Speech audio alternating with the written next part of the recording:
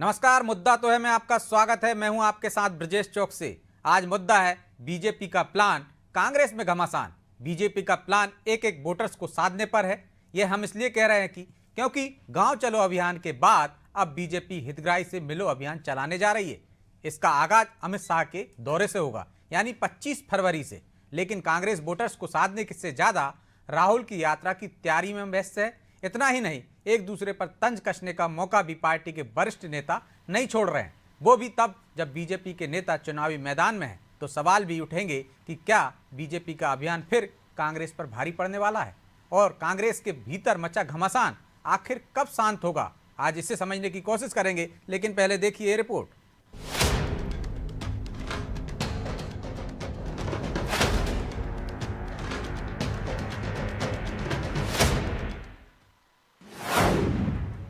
BJP का नया plan शुरू करेगी हितग्राहियों से मिलो अभियान। वोटर्स के बीच अपनी पकड़ को मजबूत करने में जुटी बीजेपी अब हितग्राहियों से मिलो अभियान शुरू करने जा रही है। 25 फरवरी को अमित शाह के प्रदेश दौरे के साथ इस अभियान की शुरुआत होगी। नेताओं को हितग्राहियों को साधने का काम देगी। नेताओं पर जिम्मेदारी होगी कि वो केंद्र और राज्य सरकार की योजनाओं की जानकारी देकर जनता को रिझाने की कोशिश करे। जाहिर है कि बीजेपी लोकसभा चुनाव से पहले ही सरकार की उपलब्धियों को जनता तक पहुंचा रही है। इसके लिए उसने गांव चलो अभियान भी शुरू किया है, लेकिन अब उसने सीधे हितग्राहियों से संपर्क साधने के लिए प्लान तैयार कर लिया है। ये अभियान 4 मार्च तक चलेगा। अभी हमारा गांव चलो अभियान चला, उसके पहले हमारे कई अभियान चल चुके हैं। और हमारा हितग्राही संपर्क अभियान है जो चलेगा, जो 4 मार्च तक चलेगा। और हमारे जो केंद्रीय गृह मंत्री अमित शाह जी आ रहे हैं, वो भी लाभार्थियों से 3 परिवारों से संवाद करेंगे। ये भी उनके प्रारंभिक कार्यक्रम में सामने है। तो सतत हितग्राहियों की बात करें, लाभार्थियों की बात करें, जनता से बात करें या बूथ स्तर के हमारे कार्यकर्ता से बात करें, सतत उनसे संवाद का कार्यक्रम हमारा चलता रहता है। इधर राहुल गांधी की भारत जोड़ो न्याय यात्रा 2 मार्च को मध्य प्रदेश में एंट्री करने जा रही है। यानी जब बीजेपी हितग्राहियों पर डोरे डाल रही होगी, तभी कांग्रेस के नेता राहुल के स्वागत सत्कार में लगे होंगे। कुल मिलाकर देखा जाए तो कांग्रेस अभी यात्रा में उलझी हुई है। तो पीसीसी चीफ जीतू पटवारी अपने ही नेताओं पर तंज कस रहे हैं कि पार्टी में पद, प्रतिष्ठा और मान सम्मान पाने के लिए कुछ नेता संघर्ष करने से पीछे हटते जा रहे हैं। उन्होंने तो पार्टी छोड़ने वालों पर भी निशाना साधा। आप देखो, किसी को छोटे मोटे कॉलेज चलाने हैं, किसी को और छोटा मोटा व्यापार करना है। उसने कांग्रेस से ही कॉलेज लिया, कांग्रेस से ही उसका सम्मान बढ़ा, यही पद लिया, पहचान बनाई, और फिर एक इस्तीफा लिख के वो कहता है कि अब मैं इस्तीफा दे रहा हूं। तो जो भी फिल्मों में हम देखते हैं, जो माता पिता का सम्मान नहीं करता है, उसका फिल्म देखते देखते उसको हीरो तो नहीं कहते, विलियन ही कहते हैं कि ये विलियन है। सही है गलत? तो जो लोग इस तरीके के व्यक्तित्व के होते हैं, ये खुद में मग्न रहने वाले लोग होते हैं। ये जग जाहिर है कि चुनावी रणनीति बनाने में भाजपा का कोई तोड़ नहीं, या यूं कहें कि वो इसमें माहिर खिलाड़ी है। और यही वजह है कि उसके नेता और कार्यकर्ता वोटर्स को साधने के लिए मैदान में नजर आ रहे हैं, जबकि कांग्रेस के भीतर ही एक दूसरे पर तंज कसकर दिल में लगी आग को ठंडा किया जा रहा है। खैर, बीजेपी के अभियान आने वाले लोकसभा चुनाव में कांग्रेस पर कितने भारी पड़ेंगे, या कांग्रेस जनता को लुभाने के लिए क्या पैंतरा आजमाएगी, इस पर भी नजर रहेगी। ब्यूरो रिपोर्ट, अनादि टीवी।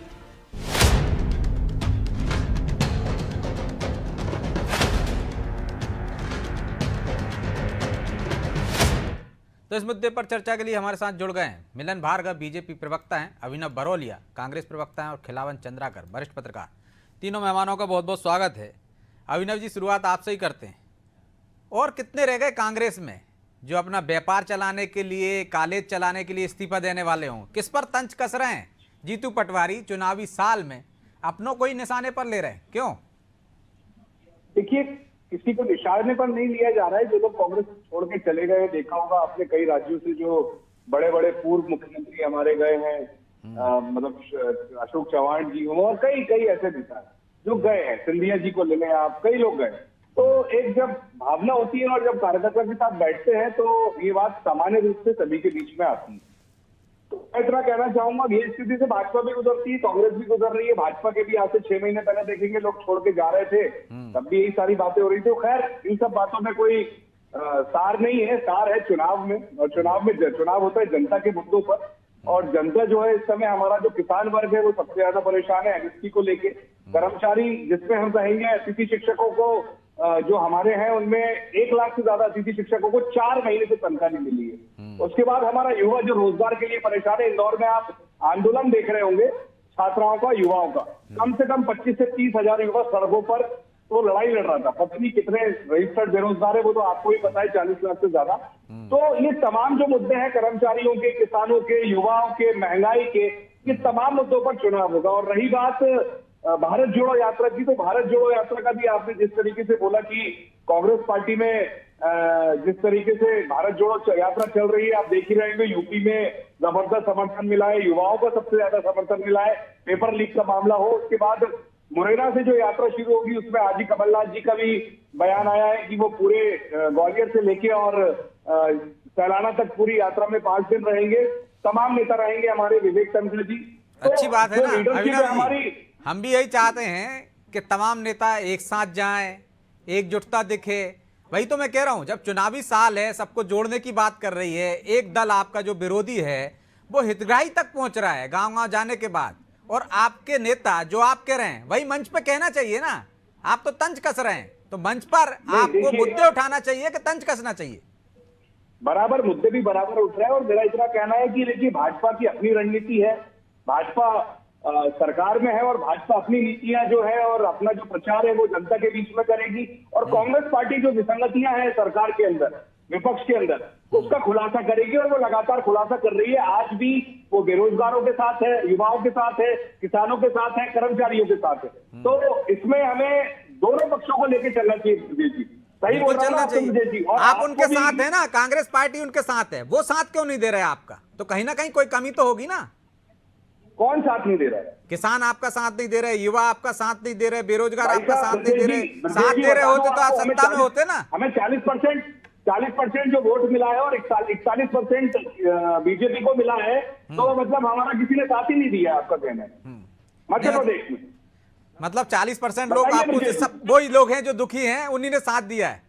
मतलब ज्यादा लोग सुखी है ना सरकार से, फिर यही तो मतलब हुआ। जितनी सत्ता में आ गए हैं तो उनसे ज्यादा लोग प्रसन्न हैं। तो फिर कर्नाटक में जो 40 सीटें जमानत जब्त हुई बीजेपी की, वहां इनसे दुखी है, तेलंगाना में इनसे दुखी है, हिमाचल में इनसे दुखी है, बिहार में इनसे दुखी है, बंगाल में इनसे दुखी है, झारखंड में इनसे दुखी है। ये बातें नहीं होती है ब्रजेश जी। मैं आपसे लॉजिकल मध्य प्रदेश में और छत्तीसगढ़ में, राजस्थान में ईवीएम दुखी है। अब साहब ईवीएम की बात कर रहे हैं ना, आपको देखिए मैं गोल गोल पूरा घूम सकता हूँ आपके साथ। मैं ऐसा नहीं हूं कि एक जगह फंस जाऊंगा, मैं आपको सारी बात बता रहा हूं। अब आप समझने को तैयार नहीं कि हम मुद्दों की बात कर रहे हैं। अच्छा, आपको ब्रजेश जी हंसी आ रही है, किसान की हत्या हुई कल, युवा किसान 21 साल के, आपको तो हुआ कि नहीं हुआ? क्यों नहीं हुआ? सबको दुख होगा, बोलिए हुआ ना? किसको दुख नहीं होगा? किसी की हत्या होगी तो दुख होगा ना भाई। किसानों की लड़ाई कौन लड़ रहा है? किसानों की बात कौन कर रहा है? आपको हमको करना चाहिए ना। तो आपकी बात वही तो मैं कह रहा हूँ। बेरोजगार युवा है, अरे आंसू से रो रहे हैं, आंसुओं से। युवाओं की लड़ाई कौन लड़ेगा? आप और हम लड़ेंगे ना। चौथा स्तंभ पत्रकारिता का। तो लड़ाई तो लड़ी रहे ना आप, फिर आपको समर्थन नहीं मिल रहा। वही तो सवाल कर रहा था मैं। तो आप कर्नाटक चले गए, तेलंगाना चले गए, कि क्या वजह? कुछ तो कमी रही होगी। अपनी गरेबा में झांक के नहीं देखना चाह रहे ना आप कि आपसे लोग जुड़ नहीं रहे। हाँ, तो हमने देखा ना गरेबा में, हमें जो 40% वोट मिला है, हम उसको बढ़ाने की पूरी कोशिश करेंगे चुनाव में। वो तो 40%, ठीक है मिलन जी, 40% बढ़ाने की बात कर रहे हैं और बढ़ा भी लेंगे। समर्थन है उनको, बेरोजगारों का, किसानों का, जो आपसे दुखी हैं, तो आप सिरे से खारिज नहीं कर सकते उनको। और कुछ ना कुछ तो कमी आप में भी रही होगी कि गांव-गांव के बाद आप हितग्राहियों के पास बार बार जाना पड़ रहा है। 40% से डर गए क्या?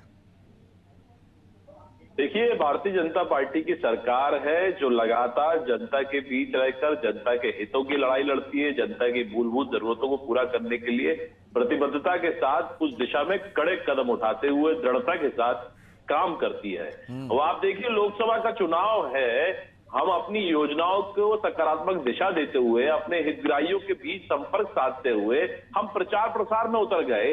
वहीं एक दल जो वर्षों पुराना है, एक सदी जिसने बिता दी, आज अपनी अस्तित्व की लड़ाई लड़ रहा है और उस युवराज को लॉन्च करने का तीसरी बार फिर से प्रयास किया जा रहा है, जो लगातार जनता से नकारा हुआ है, जो अमेठी की जनता ने नकार दिया, उस व्यक्ति को फिर से लॉन्च करने के लिए अराजकता का माहौल इस देश में फिर से आए, इस देश में आगजनी कैसे हो, दंगे फसाद हो, उस दिशा में लगा हुआ है। तो ये दो दलों की लड़ाई है। जो एक भारतीय जनता पार्टी का विचार है कि गरीबों को पक्का मकान मिले, गरीबों को नल जल के माध्यम से उनको जल मिले, बिजली मिले, इस दिशा में हम इंफ्रास्ट्रक्चर मजबूत हो, उद्योग लगे, रोजगार मिले, एक सकारात्मक दृष्टिकोण के साथ वैश्विक छवि में भारत की मजबूती की दिशा में काम कर रहे हैं। और वहीं लगातार भारत को अपमानित करने के लिए, भारत में गरीबी दिखाने के लिए, भारत में भ्रष्टाचार दिखाने के लिए कांग्रेस प्रचार प्रसार षड्यंत्र प्रपंच रचकर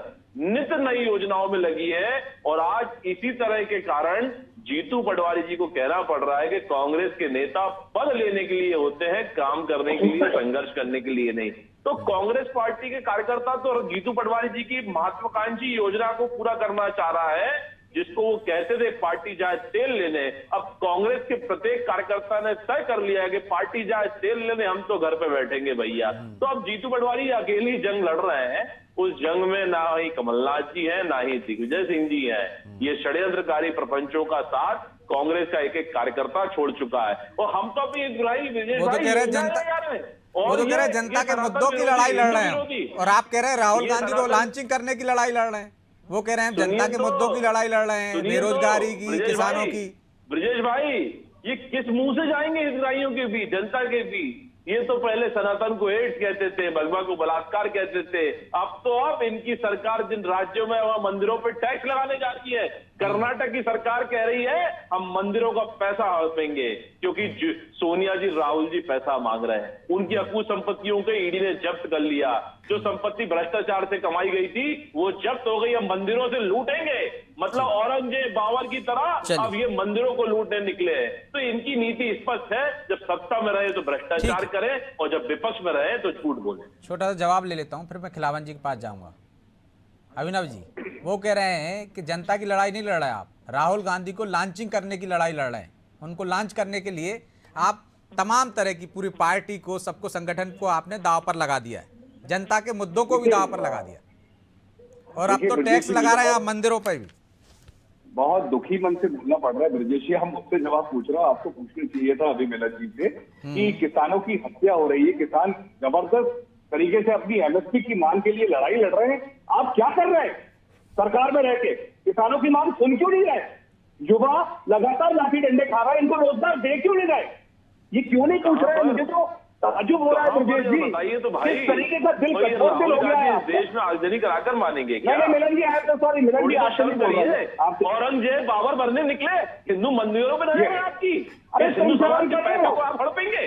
जमीन बनाने के लिए, सोनिया गांधी को खुश करने के लिए किसानों को मार रहे हो, करिए साहब, युवाओं को रोजगार नहीं दे रहे हो, को बलात्कारी माफी नहीं मांगी। अब हिंदुओं के मंदिरों पर नजर है पूरी जनता। ये आपकी शर्म नहीं आ रही है।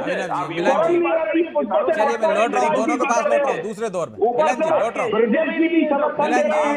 मिलन जी, अभिनव जी लौट रहा हूँ मैं आप दोनों के पास। ठीक है, खिलावन जी को चर्चा में शामिल कर लेता हूं। मैं आ रहा हूं अभिनव जी, आ रहा हूं आप दोनों के पास। खिलावन जी, क्या कांग्रेस के जो कोशिशें कर रही है चुनाव में जाने की, चाहे यात्रा से हम कहें, भारत न्याय यात्रा जो निकाल रहे हैं उससे, या जो संगठन की गतिविधियां चल रही हैं, क्या आपको लगता है ये काफी है ये कोशिशें?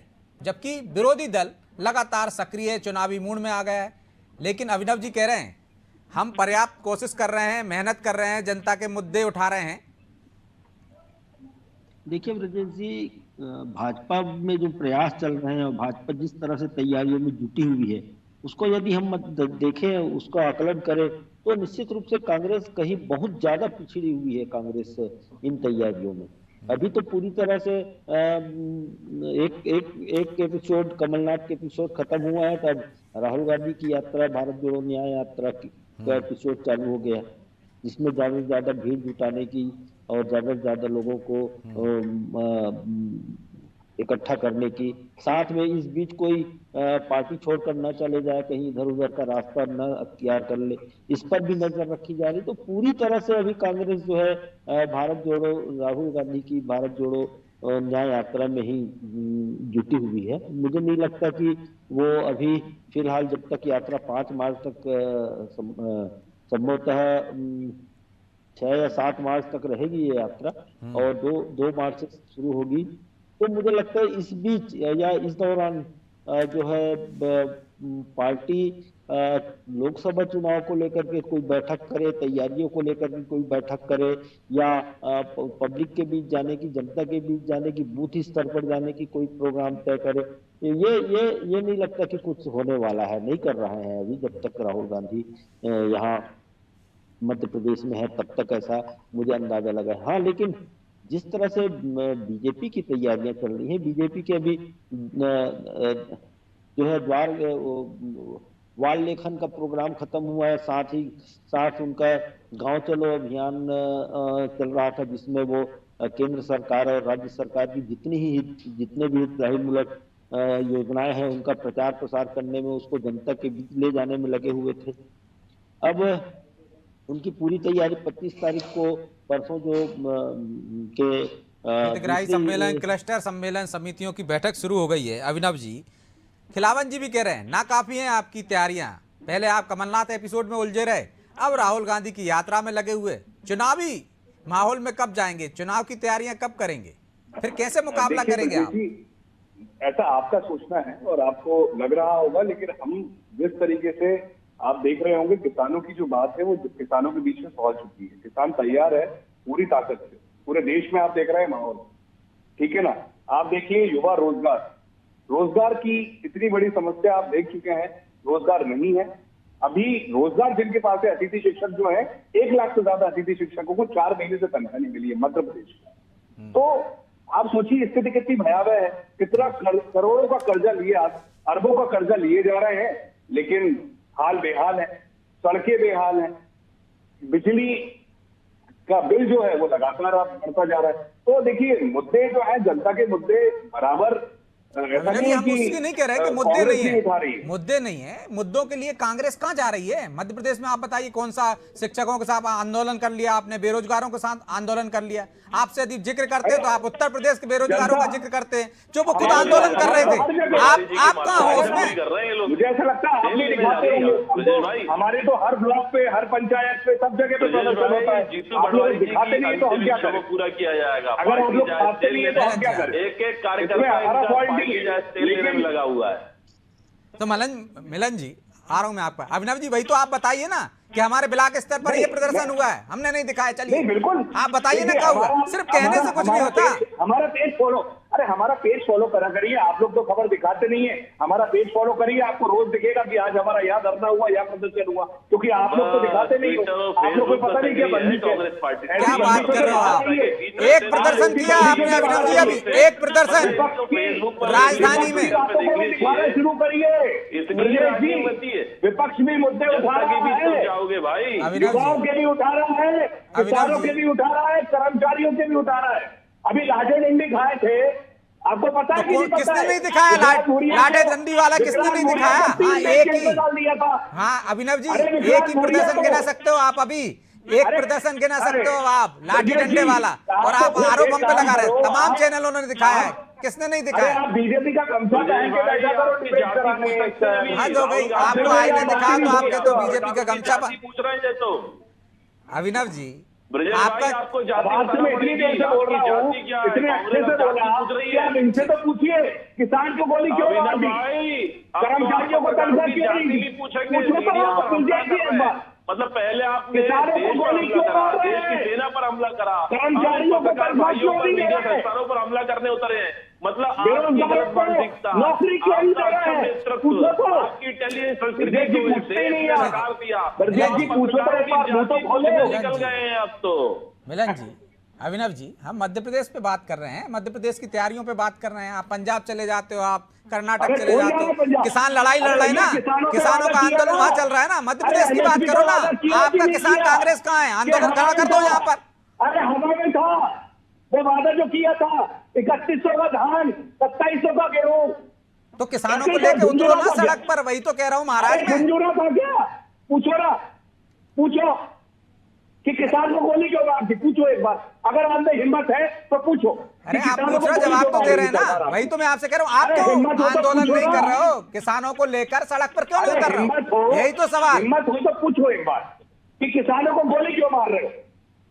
मैं आप मध्य प्रदेश की बात कर रहा हूँ, आप दिल्ली बॉर्डर की चले गए, वहां पे वो लड़ाई अभी तो बीजेपी नहीं है पंजाब में। सुनो यहाँ बात कर बीजेपी आप शिक्षकों के साथ खड़े हुए सड़क पर, आप खड़े हुए अतिथि शिक्षकों के साथ, आपने आंदोलन किया।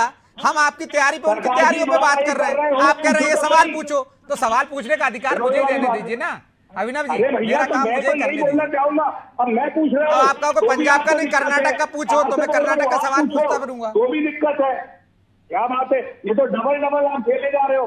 कम से कम मैं पूछ रहा हूँ तो मेरी बातों का आप जवाब उनसे पूछ लो। अरे तो मुझे पूछने दो ना, मुझे मेरा काम तो मुझे करने दो ना अभिनव जी। मेरा काम तो मैं ही करूंगा ना। आप कहोगे पूरी दुनिया का सवाल पूछने लगो। मैं मध्य प्रदेश की बात कर रहा हूँ, मैं आपकी तैयारियों की बात कर रहा हूँ, और आप किसान ले गए वहां पे। क्यों नहीं पूछो? ये ऐसे थोड़ी डिबेट होगी यार अभिनव जी कि मेरा काम तो मुझे ही करने दो ना। तो भैया आप, वही तो आपसे बोल रहा हूं। आपके पास जवाब नहीं है तो आपने कहा आप निष्पक्ष होके तो पूछो। चलिए ठीक है। खिलावन जी, कांग्रेस इस बात को मानने को तैयार नहीं है कि उनकी तैयारियां कमजोर हैं। वो फिर कहती है कि ईवीएम की वजह से आ गए। मध्य प्रदेश की बात करो, मध्य प्रदेश में क्या लड़ाई लड़ रहे हैं आप, तो वो पंजाब की बात करते हैं। तो क्या ऐसे में मुकाबला कर पाएंगे बीजेपी से मध्य प्रदेश में? देखिए, बहरहाल की स्थिति को देखते हुए मुझे लगता है कि बीजेपी के साथ मुकाबला करने में कांग्रेस कुछ कदम पीछे है, जो उन्हें और बहुत सुधार की जरूरत है और बहुत आगे बढ़ने की जरूरत है, पब्लिक के बीच जानने की जरूरत है, संगठन को मजबूत बनाने की जरूरत है। जिस तरह से अभिनव जी कह रहे थे कि उन्हें कवरेज नहीं मिलता, देखिए जो भी आंदोलन होता है मुझे लगता है कि सारे मीडिया के, चाहे चैनल हो चाहे अखबार हो, सभी जगह उनको प्राथमिकता से कवरेज मिलती है। और चाहे अभी आप देख लीजिए कि मुझे शायद पता नहीं है कि वाटर कैनन से हमारा एक कैमरामैन का कैमरा खराब हो गया है, अभी जब आप और वो कह रहे हैं कि कवरेज नहीं दिखाते। चलिए माफी चाहता हूं, चर्चा को यहीं विराम देना होगा। आप तीनों मेहमानों का बहुत बहुत धन्यवाद। तो कांग्रेस के साथ समस्या ये है, मैदान में उतरना नहीं है, मेहनत करना नहीं है, और फिर हारने के बाद ईवीएम को दोष देना, मीडिया को दोष देना। शायद उसे अपनी गिरेबान में झांकना चाहिए और तैयारियों के साथ सड़क पर उतरना चाहिए। नेताओं को अपने ही नेताओं पर तंज कसने की जगह एकजुटता का प्रदर्शन करना चाहिए, एकजुट होकर मुद्दों की लड़ाई लड़नी चाहिए, तब कहीं जाकर वो मुकाबले में आएगी। अभी तो फिलहाल दूर की कौड़ी नजर आ रही है। बहरहाल मुद्दा तो है। इतना ही, मुझे दीजिए इजाजत और आप देखते रहिए अनादि टीवी। नमस्कार।